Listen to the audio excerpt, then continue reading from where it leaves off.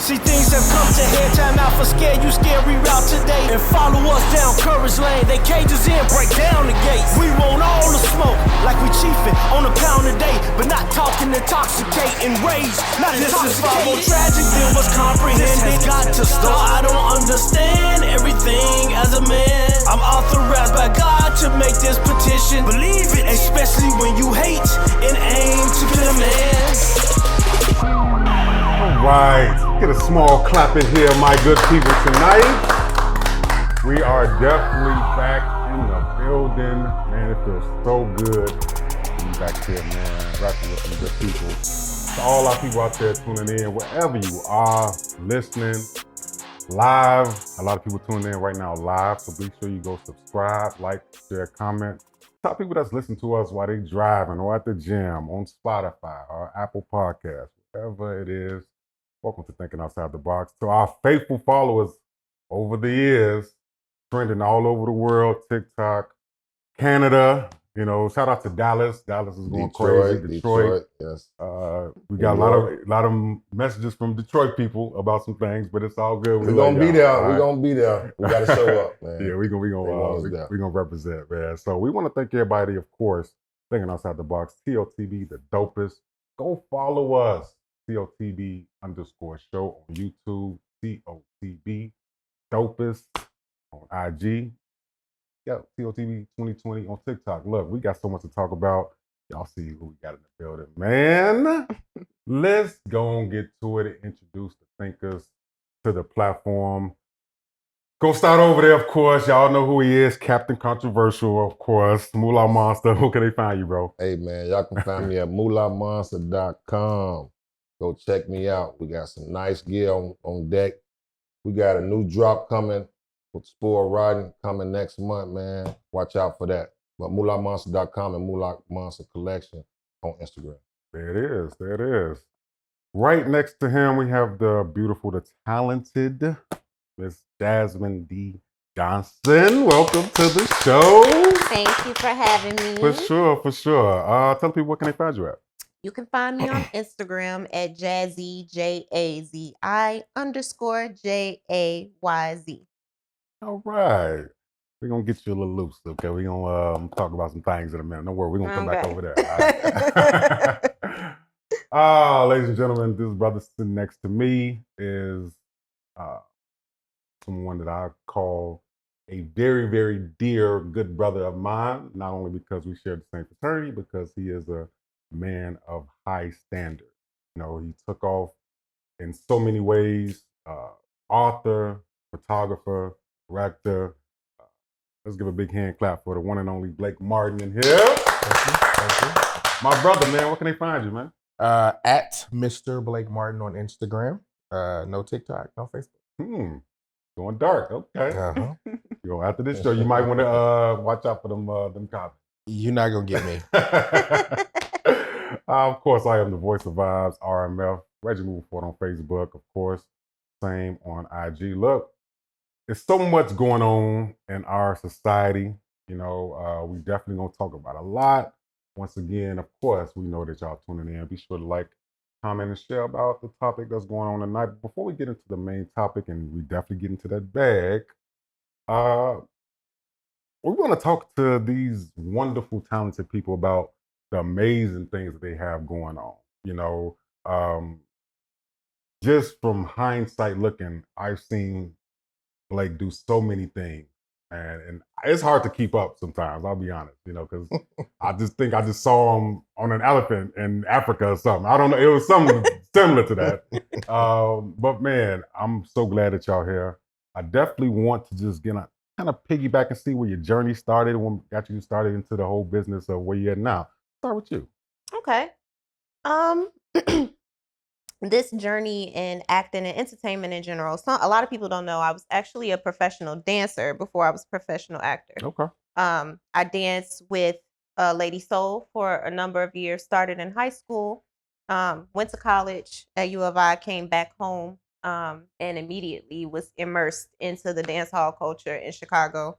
I've danced with everybody from Elephant Man to Wyclef Jean, and some other people. Baby Sham, Just a bunch of like Afrobeat and reggae artists in general. Nice. Started professionally acting. I started acting in 7th and 8th grade. Then my mama was like, "No, you can do this acting thing, but you can't just go to school for acting. You got to have a title behind your name." So All right. when I went to U of I majored in English, went on, got my master's in education, became an English teacher. Did that, and I was like, you know what, God, this wasn't my first choice. God, you gotta meet me halfway. Like, and I heard God tell me, "You do this for me, I'll let you act later." And that's exactly what happened. 2019, I was taking classes at Black Box, joined their conservatory called Academy, a 5-month intensive during COVID. We were the only people in class during COVID. Crazy. Yeah, and it took off from there, and I've been acting ever since. So it's about 6 years now that I've been acting 6 professionally. years. Yep, and I've officially transitioned out of education as a classroom teacher. Yeah. Check you out. So what was your first acting gig? Was a stage play or was it a real like actual movie? So I did theater in elementary school, but my first professional gig was actually a Zoom play because it started in COVID. Oh, that's right. Yeah. Mm. And that was wild. It was a very different experience. I'm like, a Zoom play, like what's that? Right. But if I had to say an official gig, my first official gig was probably between The Shy. I had a co-star role in there, and then a movie called Fanatic, where I was basically I was a supporting role on Fanatic, directed by Jay Jones. Yeah, Nice. that's how we You did The started. Shy, huh? Okay. I did do The Shy. Yeah, what's up? That's what's up. You seem like you are very passionate about what you do. Everybody has a journey, and like I said, I've seen people start somewhere and then get distracted and they leave it alone. But staying consistent is very important. So shout out to you for that, man. What's the hardest part, like being an actor? I think the hardest part is honestly being able to sustain, right? Especially in Chicago. Um, we all are doing these projects. We're all on a journey. And the directors that you work with are also on a journey. A lot of indie directors and filmmakers in Chicago. So nobody really has a big budget in order, to do this. And so when you are working, right? When I first started acting, I was a full-time teacher at the Chicago Public Schools. Okay.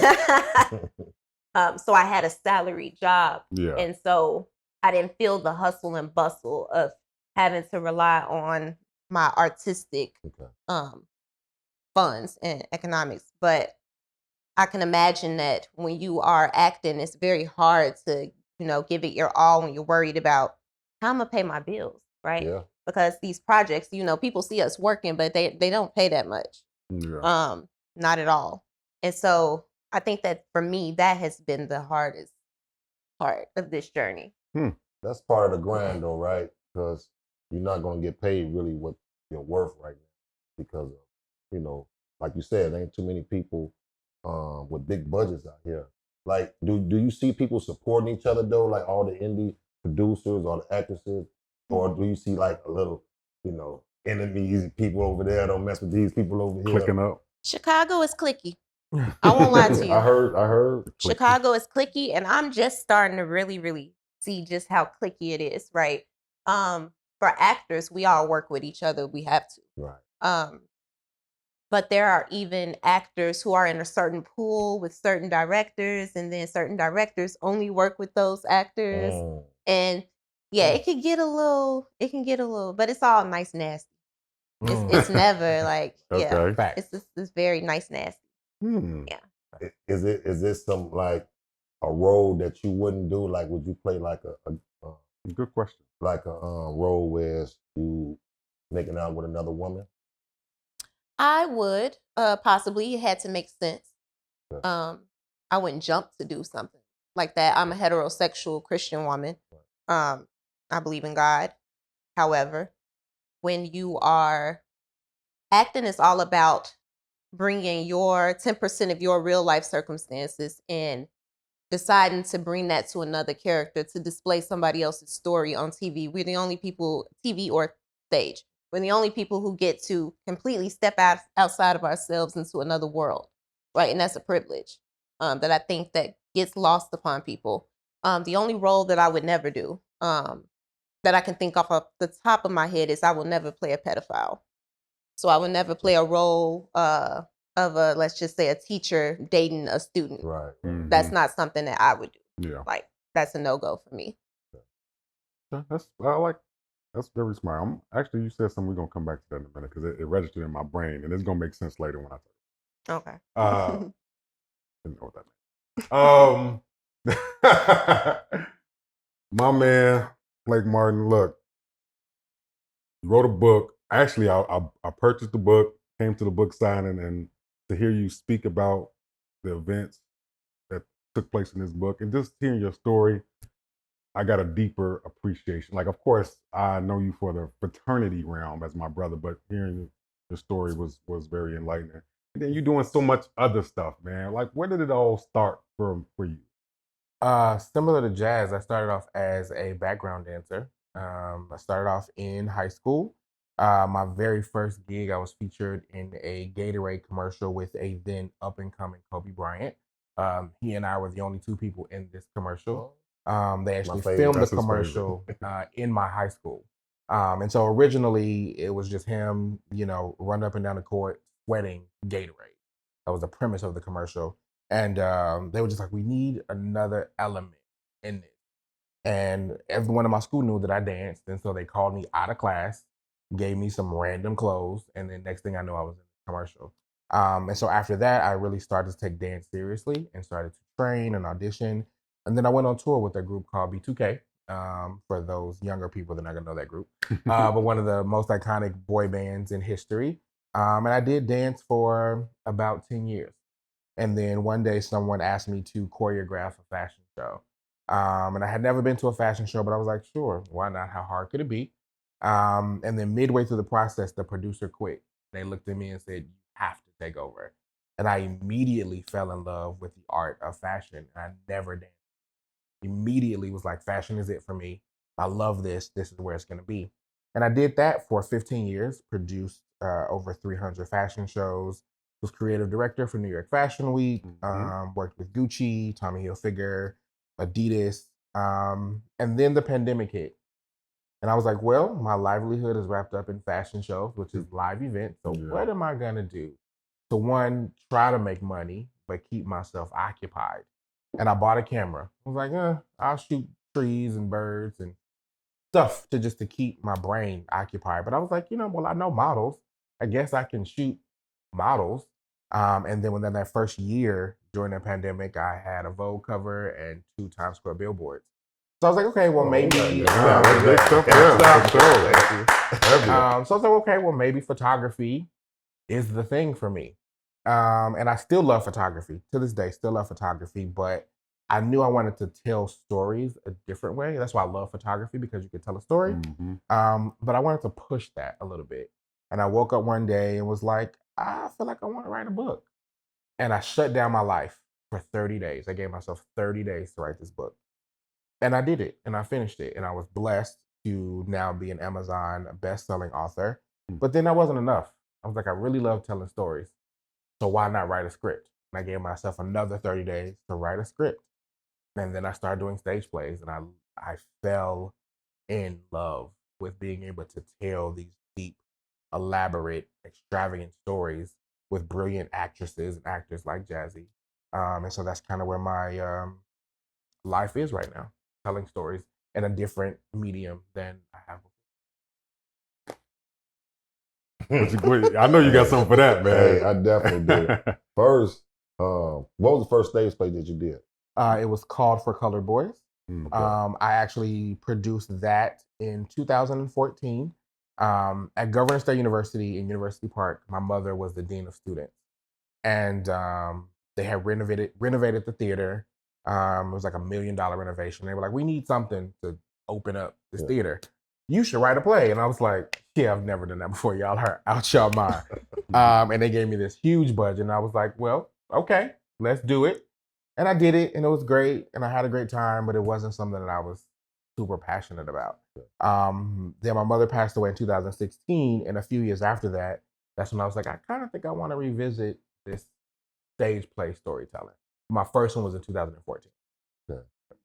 And what you say so that For was like Color Boys. So that was like for color girls, like Yep. okay. Exact play off of Color Girls, just telling the stories that men don't often get to tell. Was it dramatic, just like Very. I can Very. imagine. Very- Color that Girls was was something else. Man. Yeah, and actually, people who have saw that play said For Colored Girls was less intense than my play. So everything that you do, the most passion is directing stage plays now. I think just storytelling, whatever Okay. medium that comes out. I love telling stories, and I think that is what kind of makes me different than other writers and directors and producers. I don't really have an affinity for the fame of it all and the shine of it all. I just want to tell great stories, but more so, I want to tell real stories. I don't like to make up worlds. I like to take real people and craft them. I could be around you for an hour and just hear a little piece of your story, and then I'm like, "Yep, that's gonna be a play tomorrow." Because I like to tell real stories of real people and real things that they're going through. You're very creative. Yeah. I try to be. Yeah. And listen, people, they start off as background dancers. So it ain't where you start, it's where you finish. Come True. on. Come Very on. true. Yep. So One of the things I love about that, and once again, y'all know where we at, man, the dopest podcast show out there in the land. One thing I like about what you do is you take care of your people. And that's one of the things why I said about Tyler Perry. Tyler Perry, however you feel about him, his movies or his plays, you generally see the same type of people, characters, et cetera, right? And that's just a testament of some of these actors or actresses. They probably would never got a shot. You know, some people see an eye for talent. I'm curious about your eye for talent. Like, how do you view that? Do you look at the person that nobody else is looking at and say, you? A lot of times I do, but I think it's just connection, right?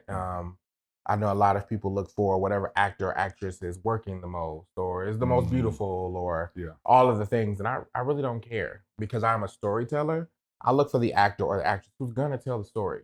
I don't care if you are the most famous in the world or someone who's never acted before. If I feel like you can tell this story, then that's what's important to me. And I am confident in myself as a director that I can get you where I need you on that stage.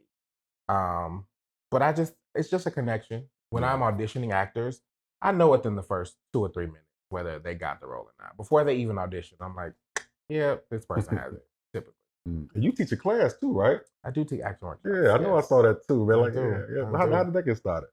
I am a lover of teaching. And that could be from my mother was a teacher my entire life. So I could just have that like in my DNA. Yeah. But I know in high school, I was also a cheerleader and on track. And my coach was my everything, right? She taught me about sports, business, athleticism, sportsmanship. She just taught me so much. And I try to give that back to people every day and teaching them more about how to move through the business, what's right, what's wrong based on what I know, how to navigate life when they're trying to balance acting and their normal life. And I just love teaching people and seeing people grow. And again, I attribute that to my mother and my coach. They just love to see people grow. And I know I became a great person because of those two women. And so I would be an idiot not to throw that back into the world.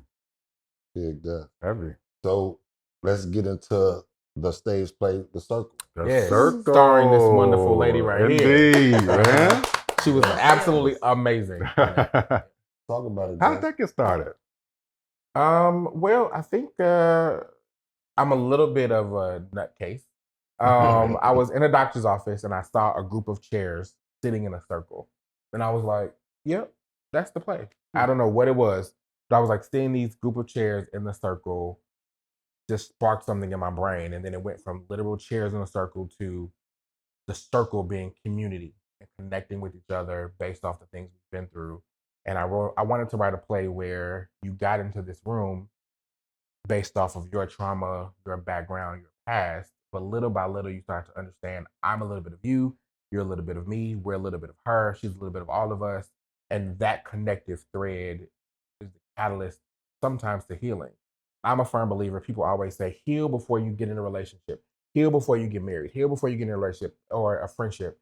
And I'm a person, sometimes some healing, you need other people to properly heal. Some wounds, you have to do it with someone else. There has to be community.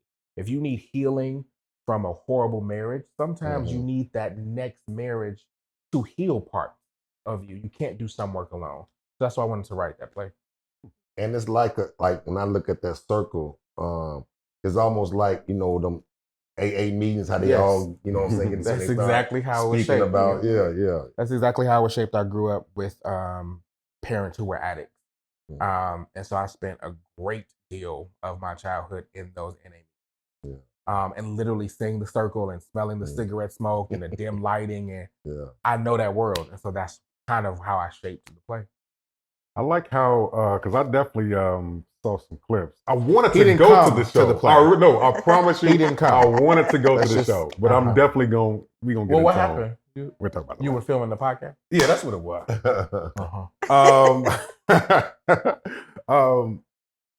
Your character,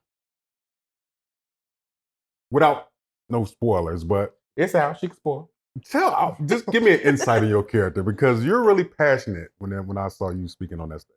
And before she started, she was brilliant. Yeah, she was really Brilliant. good. Bree Mm-hmm. is a mother of 2 and also a wife who deals with an eating disorder and suffers from low self-esteem due to the emotional abuse that her husband has inflicted upon her. Doesn't think very highly of herself and has a very hard time regulating her emotions, and she passes that trauma onto her kids and essentially gives them an eating disorder. Wow. That's Sheesh. deep.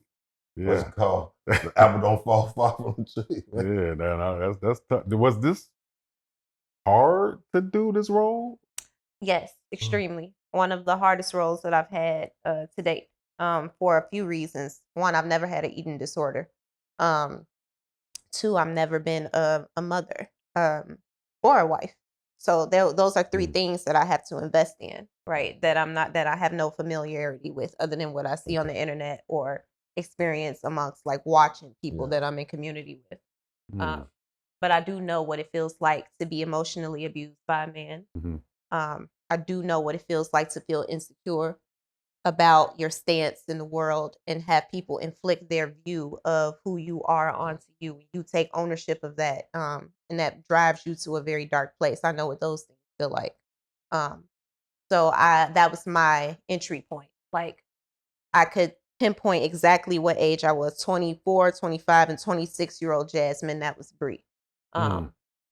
They were the same person. And so I had to go back and invest in and think about, that time of my life and how I was feeling. And what that felt like to be in an emotionally abusive relationship, to be told that you don't exude an attitude of excellence, you're not this, you're not that, and to fight my way up, to be like, no, actually, I am that. I'm more than that. I'm that now, right? And I'm gonna show you. And so that was my entryway into getting into Bree. And later on, I was able to invest in, okay, what does that mean to, to be emotionally abusive and to actually take that and then starve your children because you don't like the way that you look. I'm not a mother yet, but I do desire to be one, right? And so I'm like, what would it feel like if I starve my own children? Like, how would that make me feel, and what's making me do that? So it was a lot of journaling, a lot of sitting with myself in very uncomfortable spaces, and revisiting, a lot of revisiting things that I had put to the side for a long time. When you were done with the project, did you have like a sigh of relief? I did, Yeah. actually. We all did. Definitely did. I was a crying fool. The day before, the day after. Anybody could say anything to me and I would just start bawling. Yeah. Because it was very intense. It seemed like being an actress or actor, it seemed like when you do play a role, like especially dark like that, it seemed like it can bring like old like dark memories, like you were saying. That is kind of, you know, you don't want to go down that tunnel no more. You know, like I'm done with that. But it's acting, and once you bring it out, it's like you're done with it. You know. So. That's what therapy is for, though. Yeah. Yeah. That's why it's so important to be healed. I could go back into that world because I am healed from those circumstances. Not the same person.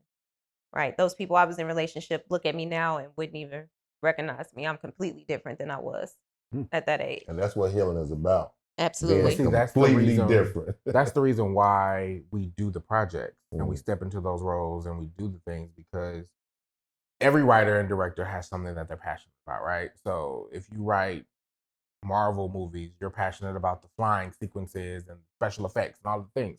For me as a writer, I tell my actors all the time, if someone doesn't leave our project, immediately get in the car and say to somebody else, talk.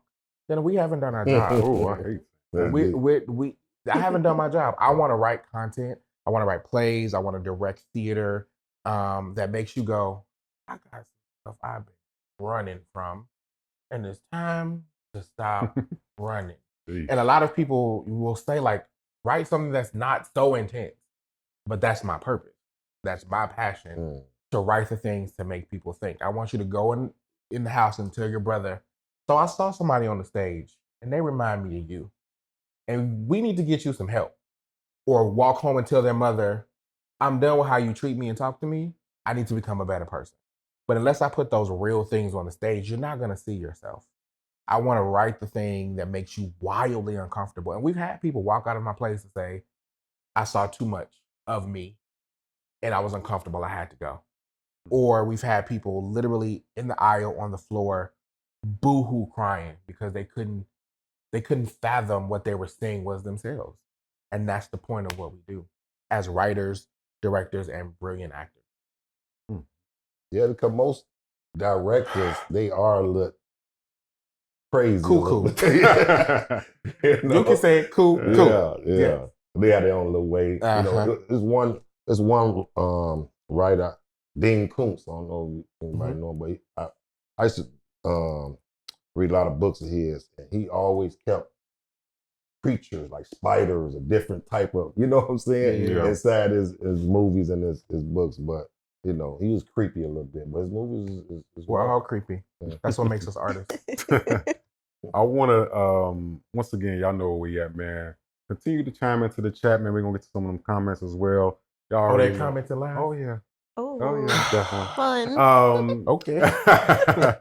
I definitely want to continue to talk about the circle and everything you got going on, because I'm super proud of just the culture. You know, this show is about highlighting people in our city or around the world, to the talented people we got right in front of us. This is my brother, and like I said, I see him all over the place on social. I'm like, man, bro, I got it. Please, when you get some time, bro, let me know.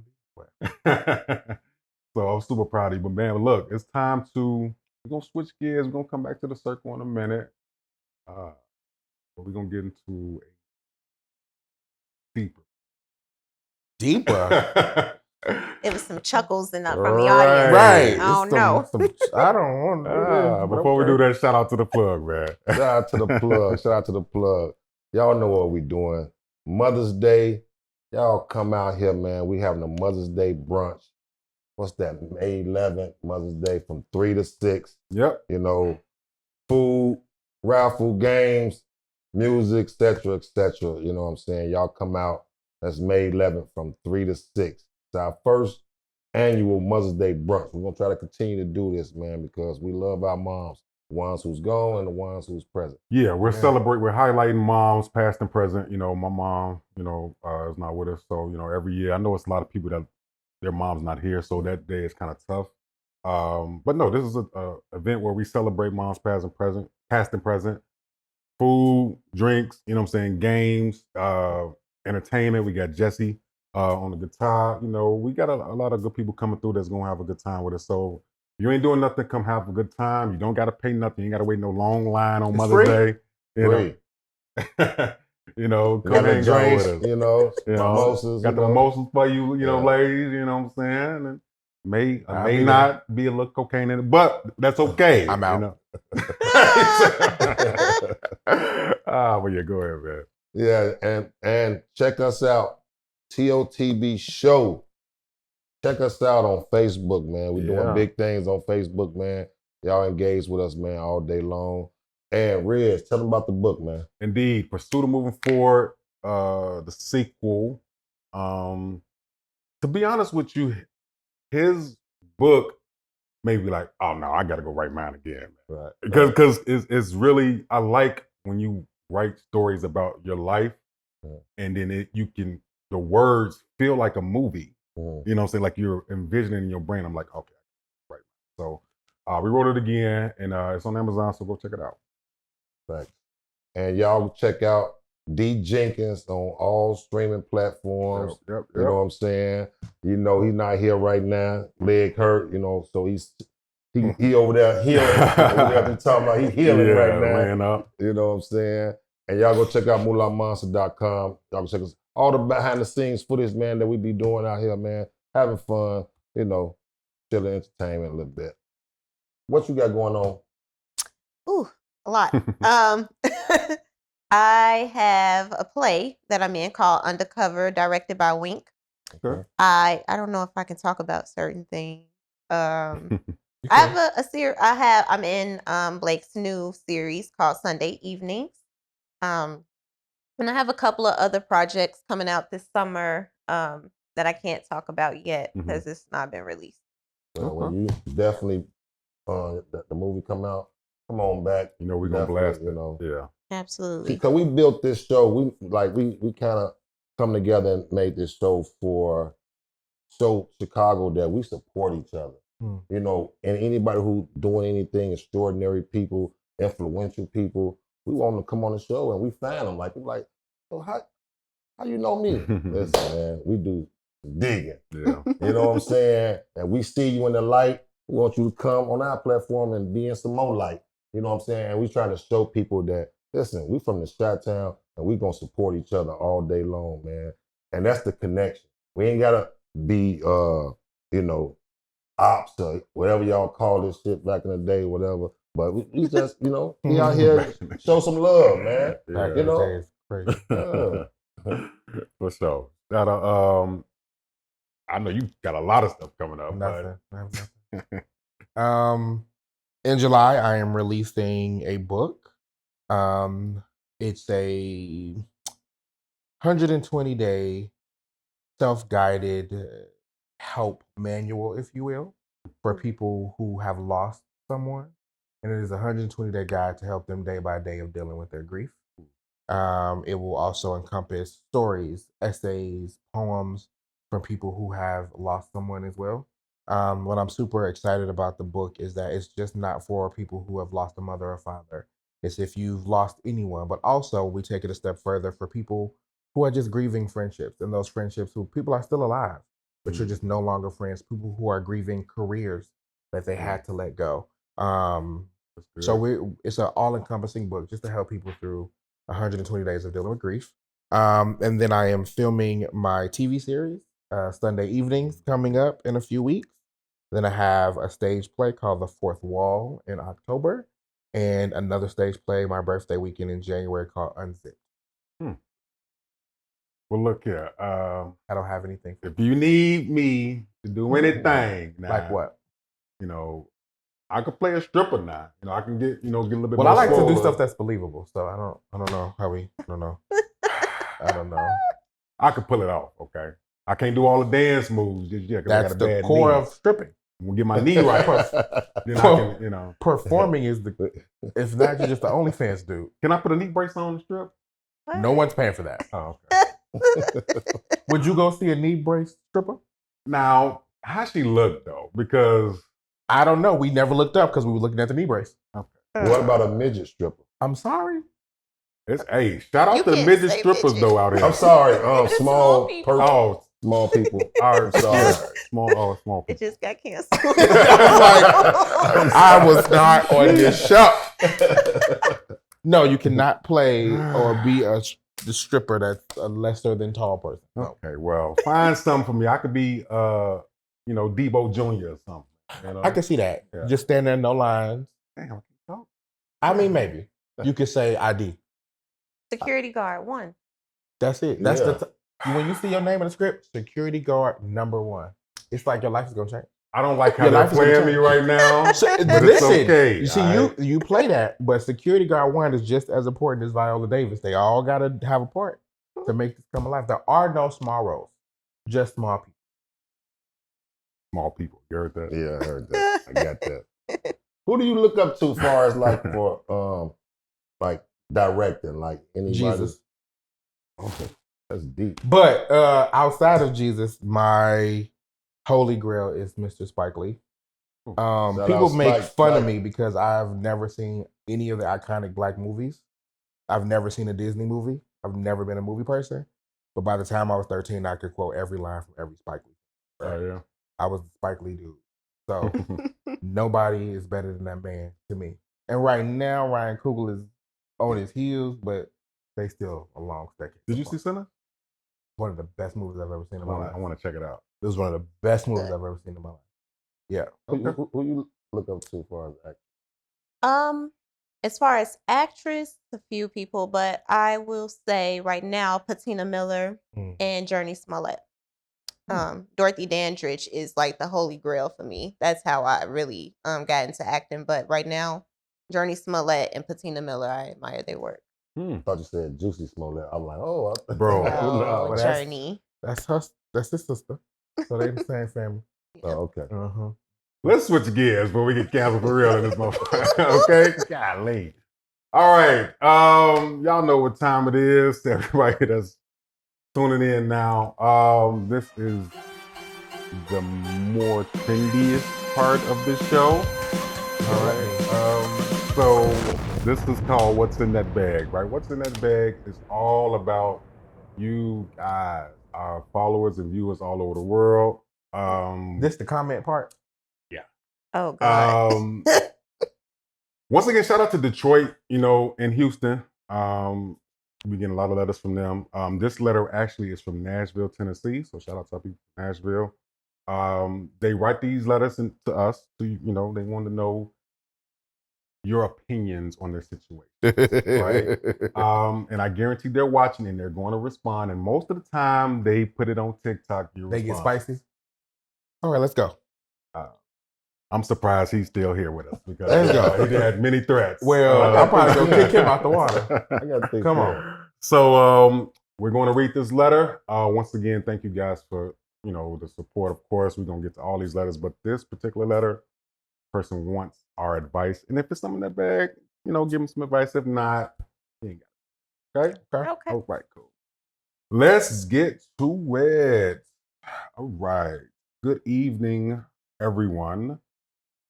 I'm going to keep this as discreet as possible. Basically, last year, I went totally out of character and started being intimate with a person I had no business dealing with. What started out as a one-time drunk, forbidden encounter ended up happening more and more, and I need to say it is the best sex I've ever had. There is multiple things that this person does to me that I have never experienced. And because we are keeping it a secret, it entices me even more. Now I'm at the point where I want to pursue a possible relationship with this person. But if this secret affair comes out, it will destroy the landscape of what I've been building. My family and my friends, and also the people who I look up to.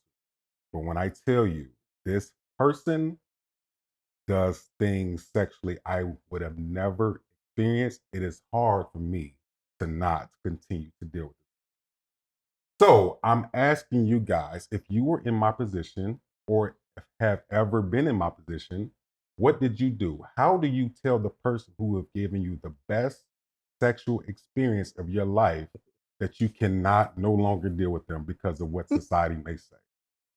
All right. Wait, what was that last sentence? What society might say. That says so much about that letter. This Context is clues. one of those letters that I feel. Once again, thank you for writing in from Nashville. Yes, And sir. Thank you. As promised, I will not reveal your name. Of course, I won't do that. But basically, this person is writing in saying, "Look, last year I did something out of ordinary, had an amazing encounter with someone that turned into more frequent, and now I can't stop. It's something that's taken over, and now I want more. I now possibly want a relationship. But if this comes out, my family, my friends, or whatever is going to look at whatever, and now I have to face the decision of what should I do." Okay, hold on. First of all, let's just say this. That person said they went out of character, but it's been happening for a while. So you didn't go out of character. You showed a different part of your character. Let's just start there. Okay. You can't give yourself the excuse, I went out of character. That's a part of your character. You just don't want to admit that. Because one time is a maybe. Everybody done something one time and be like, where the hell did that come from? Okay. I never do that again, but you've been doing it a while, so that's a part of your character. But if we're going to give advice, we got to start in truth. I like that. You got to start in truth. Can I bounce that back on you with a question? Sure. You remember the best sexual encounter you ever had? Yes. Okay. Still talk to that person? No. Is that your choice? Yes. Was it hard to do? No. No? No. Sometimes yourself or your well-being or your mental health or all of that is more important than sex. Sex is something you can give yourself. So I don't understand. Don't be giving any, well, they give me something. Shut up. That's just how I feel about it. And that person, if you're willing to destroy what, as you said, everything in your life for sex, you don't really care that much about all the other things in your life. That's just. So you would advise this person to don't risk it all and just... No, if it's that important, rock with it. Okay. I'm advising that person to be truthful about it. Oh. Just call a buck a buck. You know what I'm saying? It's this person gives me something that's more important or better than everything else in my life. Because it's like saying, I got steak at home, but why not go eat at Checkers? I don't understand. You have the option just to go home. So don't say you like fine dining when you clearly like trash food. Just say, I like trash food. What's the problem? I agree with you. I don't get it. Right? Who's still eating at Checkers? But those people that eat at Checkers aren't the ones also saying, but I like fine dining. You're a liar. Because you got fine dining somewhere, you could just, but neither here nor there. But I also will say, I don't know the name. He did not share it, but based off of some of those context clues and that last sentence, this is a male struggling with a sexual experience of another male. There was so many context clues. This person does something sexually that I can find nowhere else. So that indicates to me this is a male who's trying this out for the first time. 2, a sexual encounter would destroy everything in your life. So that says one of 2 things. Either you're trying something with another man or you're having sex with a married woman that everyone in your life knows. Those would be the only 2 options. And then they ended it by saying what society would deem inappropriate. This is no shade to you, but you straight men can do basically anything and society wouldn't care. A man looks at a gay man and says they're handsome, y'all are destroyed. So that's what that person is saying. So just be honest. I'm liking this male encounter. I just don't know what to do about that. And then you have 2 options: rock with it and don't give a damn what anybody say, or stop it because you're not ready. Do you before I could get one more thing? Do you think that stopping it? Do you think like it would make this person regret it, like moving forward? I don't know about regret. Regret is subjective. You may miss it. Well, okay. But that may be not regret. But it is what it is. You know what I'm saying? Do you want it more or do you miss it more? You got to ask yourself, like, what level of danger am I going to take? I do stuff all the time that's dangerous.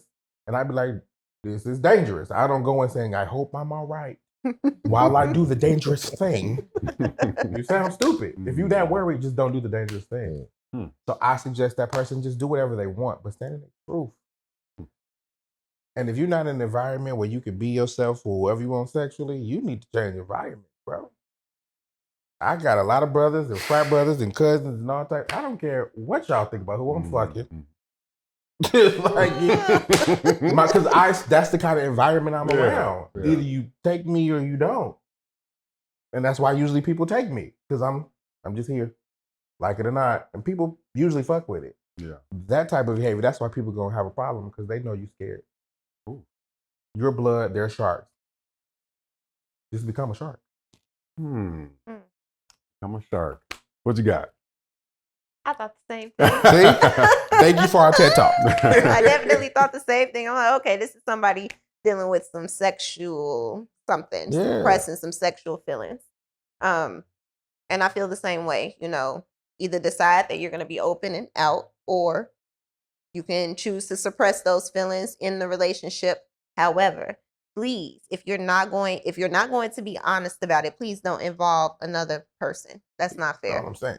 That's not fair. And by that, and I'm gonna just be explicit, right? Don't involve another woman who doesn't have a choice in encountering or being in this encounter with you and another person. That is not fair. And that would be my advice. Do you think that is? I know friends and family members that told me personally, Reggie, I'm struggling coming out. Like, this is something that's really hard for me. And because I love and care about them, I mean, I echo the same things. Just be true to yourself. But that's beautiful. They trust you with that. You know, it's like even saying that to them, still, it took years for this person to say, okay, I'm going to do that. So do you think it's like a real struggle for a person that, I mean, I do agree you're supposed to be honest and just come out, but sometimes it takes years, you know? Absolutely. And if you can't, even if it does take years, what I'm saying is, take your time. When I'm saying don't involve another person, you got to take that time alone now. Yeah. You got to figure that out by yourself. You got to do that by yourself, because you involving another woman, but you know that you're having sex with other men. You can't, and she doesn't know. Like, if she knew, that's a different thing. You know, you do what you do. But if they're not telling, or if they haven't come out, chances are she doesn't know. And that's not fair. Like, if you're choosing to suppress those feelings, then you have to deal with that alone, unfortunately. And unfortunately, you can only get honest with yourself when you're alone. That's really the part of it. And as a gay male, I've known hundreds of men in this situation. I know men that be like, I tried it. It was really good sex. And after 6 months, I realized, what the fuck am I doing? Be honest about it. Or I didn't know I would like this, but I really do. And now my life has changed. Or I'm just freaky. I like it. Be honest.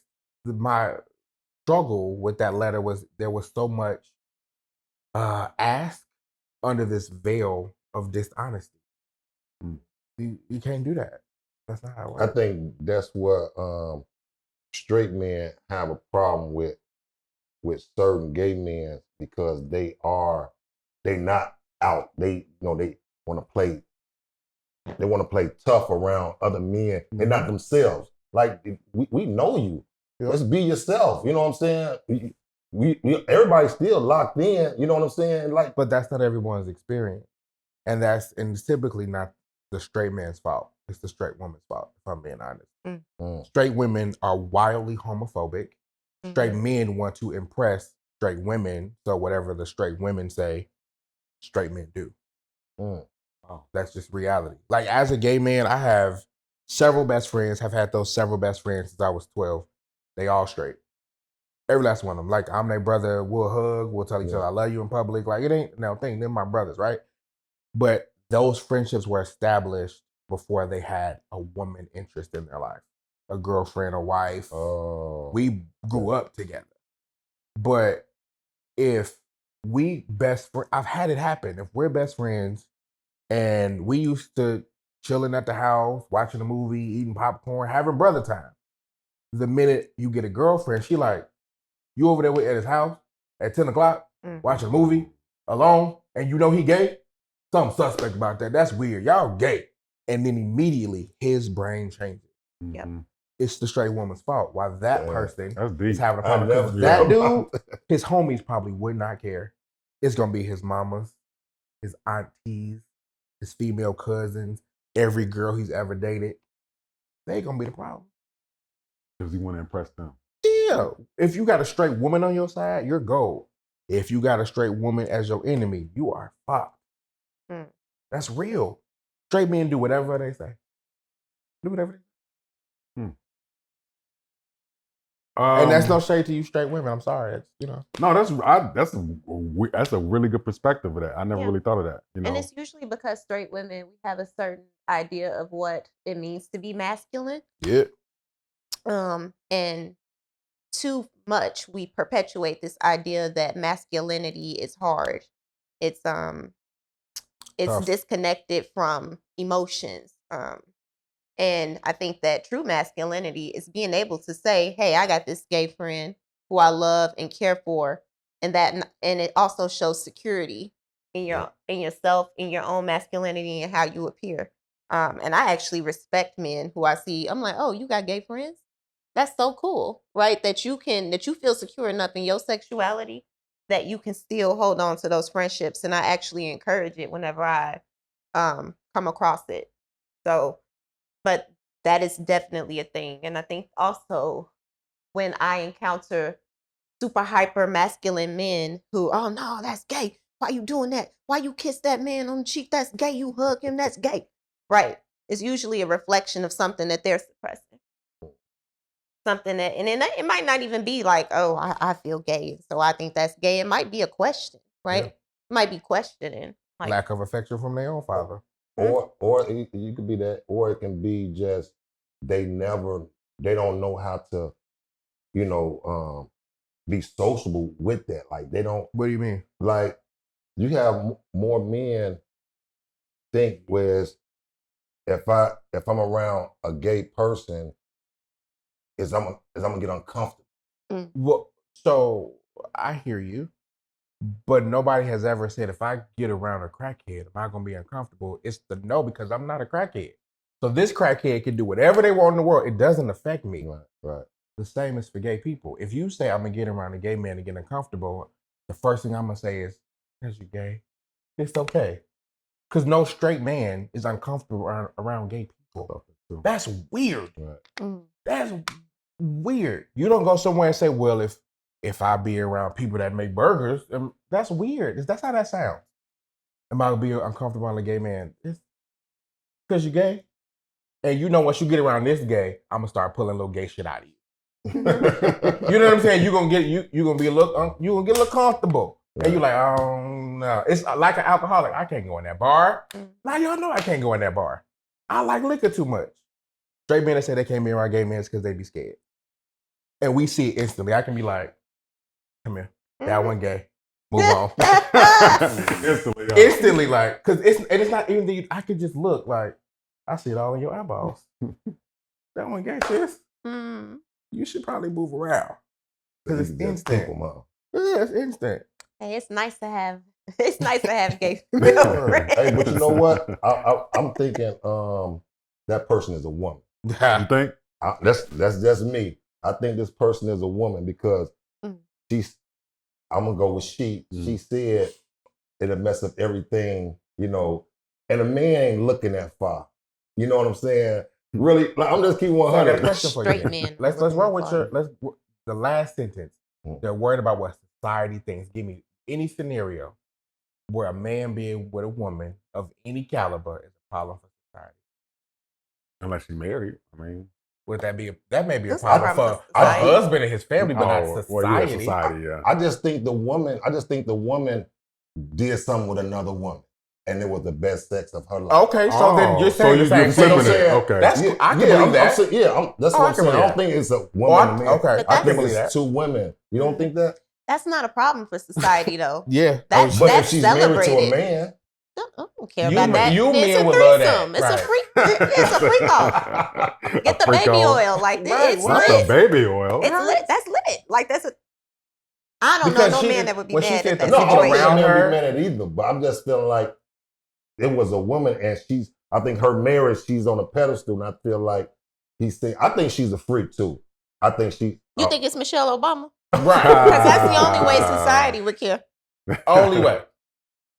Yeah, she probably got some statue somewhere. But for you to say what society thinks, that's got to be a man. There's got to be a man. And I don't know because I'm not a woman, but it's very few things that a woman would get from another woman that she's never experienced. But for you to like, they're giving me things I ain't never. That's too man. That's too man. That's too devil. What you think, Red? Man, look. Well, I know you know, so Yeah, let me. Who closer to the bring it back? Okay, so I feel like, and once again, always gonna respect your privacy, but I know who the person who wrote it because I saw the picture, so I know if it's a male or woman. So I'm saying I know how. I want to emphasize. I know firsthand how hard it is for a man to not have anybody he really trusts to come out and say, this is how I feel sometimes. Because I have family and friends who would literally go years before he would say, Reg, I got to tell somebody, this is what's going on. You see what I'm saying? So maybe the bigger question is, why is it acceptable for a woman to like other women and come out and just kiss girls at the club? And that's fine. But a man has to, feel a certain way where he can't talk about it. You talking to him? Because that's the only person that can answer that. You straight men. Because y'all the ones that do it. Ooh, two girls. Ooh. Oh, get that gay shit out. Y'all have the different reaction. But let me tell you something. Like for me, sex is the least thing a woman can give me that's going to make me feel like she's adding value. You know what I'm saying? Okay. Like that person put sex here. You know what I'm saying? On the top of the food chain. And willing to risk everything for sex. And I'm like, great, I guess. But I just need more. Sex is just like very, like you say, you do that to yourself. You know what I'm saying? But do you remember the best you ever had? Yes. You still talk to him? No. Because you're toxic. I'm just asking. Everybody remember the best they ever had. I'm so shocked that we don't talk to the best. But it's a reason. It's always either a good reason, but most of the time it's the negative reason why you don't talk to the person. The best you ever had, right? It's normally because it wasn't yours. She belonged to somebody else. Ain't nothing good gonna just be there single. You know what I'm saying? Plot twist. What the fuck? Ain't nothing good. Like she belonged to somebody. Huh. Too good to be true. Huh? You don't see nothing just no good cat just walking around by herself. That's not true. Okay. Well, all right. You just said that sex don't add no value to your life. It don't. But he asked me about the best sex I've ever. Like it didn't. Like okay, that was done. It was over. So it's a lot of girlies out here with the hot box that's walking around. Hope it ain't too hot, but yeah. By itself. Steaming boxes. I'm trying not to Flaming be hot vulgar. boxes. I'm trying not to be vulgar. Do you feel like ultimately if this person doesn't fix the situation, it's only going to get worse? Yes. Mm-hmm. Okay. The longer you play in the playground, the more attached you become. At crossroads. And whatever you feeling, there's nothing wrong with it. Let's just lay that blanket. However you feeling, and the behavior is what you gotta think about. How you feel is fine. Behavior. Want to make that clear. Was it tough for you to do what? Like when you came out? No, I didn't give a shit. But that's what I was gonna ask you before about some people in your family. I grew up in the environment where it was encouraged to just be yourself. Yeah, like I remember I was 5 when I came out. I remember I told my mother I like boys. She said you're supposed to. Those are your friends. Stop being weird. And I said no. I think I like boys. Like girls like boys. I want to kiss boys. And she was like, cool. Want a Happy Meal? And that was the end of it. Very literally. And then my mother, when you have a cute little boy and you go play, people like, oh, he gonna break some little girl's heart. Yep. I might be like, boy's heart. He's gonna break some boy's heart. And I was 8, 9, 10. She was like, if that still want to go and be a fairy. I don't care. Right? And so the environment they're growing up in, that's why it makes sense if this person would ruin it because they're not in an environment to be themselves. Now, you know what I just thought And of? I was in high school. I brought home a girl one year, a boy one year, an old man one year, an old woman. My mother was like, cool, what's your name? He's like trying shit out. It's fine. They don't have that environment. I just thought of the few people that I know that had a hard time coming out. And the main thing with these few people was their father. The way their father viewed them. And I noticed that universally, a son wants to please. He wants to be just like that's his stamp of approval. Like, my father approved me, I'm good. But a lot of times when fathers don't approve of that, they don't really want to come out like that. You know whose fault that is, though? Who? Rewind the tape. Women. Ooh. And it's not that his wife is influencing him. It just goes back to the original thought of women would think I'm weak if I let my child do. What kind of man is you to raise a child like that? Women are gonna say that to him. Oh, you got a gate? I want to, because that means you suspect. They do it on the internet all the time. So it's not the dad really have an issue. He's just like, society gonna look at me like I'm a bitch if I let my son be gay. Well, you still got men out here who still hold their sons to, you know what I'm saying, high on a pedestal, want him to, you know, be just like him.